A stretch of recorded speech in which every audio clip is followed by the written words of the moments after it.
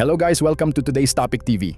Isang insidente ng umano'y salisi at modus operandi ang iniulat kahapon mag-alas 4 ng hapon sa GMA Palapala Terminal habang papasok ng SM Dasmariñas ang biktima at ang kanyang kasamahan sa trabaho. Ayon sa salaysay, habang nakapila sa jeep, may isang malaking lalaki na biglang sumingit sa pila, nagmamadali at tila may hinahabol. Dahil dito, nahiwalay ang biktima sa kanyang kasamahan at napilitang magkatabi sa jeep ang biktima at ang naturang lalaki. Go-overtake siya, di ba, Mi?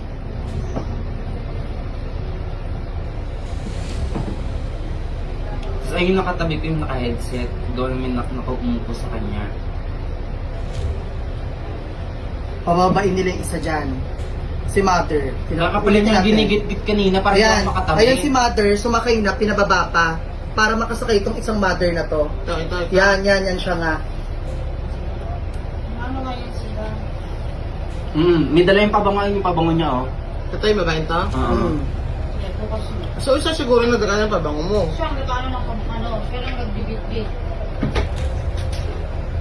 Ay, yung pabango niya na sa ano lang, oh. Sa gilid ng denim bag. yan eh. Ayun o. Siya yan o. O, pinababa nila.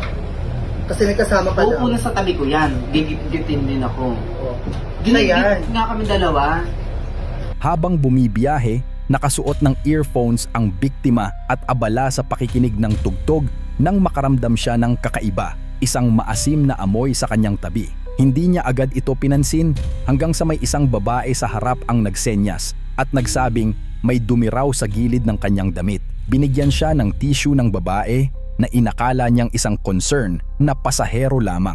Makalipas ang ilang sandali, sinabi rin ng biktima sa lalaking katabi niya na may dumi ito, ngunit ngumiti lamang at hindi nagsalita. Hindi doon nagtapos ang pangyayari. Patuloy pa ring sinasabi ng babae na may dumi pa raw sa buhok ng biktima kaya binigyan pa siya ng pabango at pinaspray ang damit. Dahil papasok ng trabaho, sinunod ito ng biktima. Ngunit laking gulat niya nang biglang tumayo ang babae at punasan siya ng tissue kahit umaandar ang jeep. Ilang sandali pa, may mga lalaking nakaitim na biglang nagsalita at nagtanong kung kaibigan daw ba nila ang bumababa, sabay sabing nakuha raw ang cellphone ng biktima. Dito na nagkaroon ng kaguluhan at panic, lalo na't ang nawawalang gamit ay isang iPhone 17 Pro Max. May mga pasaherong nagtuturuan at nagsisigawan, sinasabing nasa van, nasa motor at kung saan-saan umano tumakbo ang kumuha ng cellphone, na lalong naguluhan ang biktima at ang kanyang kasama. Maya-maya, umalis ang jeep. Doon na napagtanto ng biktima na modus operandi ito. Ang dumi sa damit, ang tissue, ang pabango at ang panlilinlang ay bahagi ng isang organisadong grupo. Diba, pinababa nila si Mother. Ito, dito kasama. Yung matanda. Di lang namin sure. Kasi madami yan sila. O yan, baka kasama rin yan. Kasi sumabit siya, oh. Tapos, hindi siya napayag na doon sa kabila. Nakauupo doon sa may kabilang jeep. Ayaw niya pumayag. Sabi niya sa driver kung okay lang daw. Kasi tinanong susukuli kung tanong daw yung driver kung okay lang daw nandun umupo.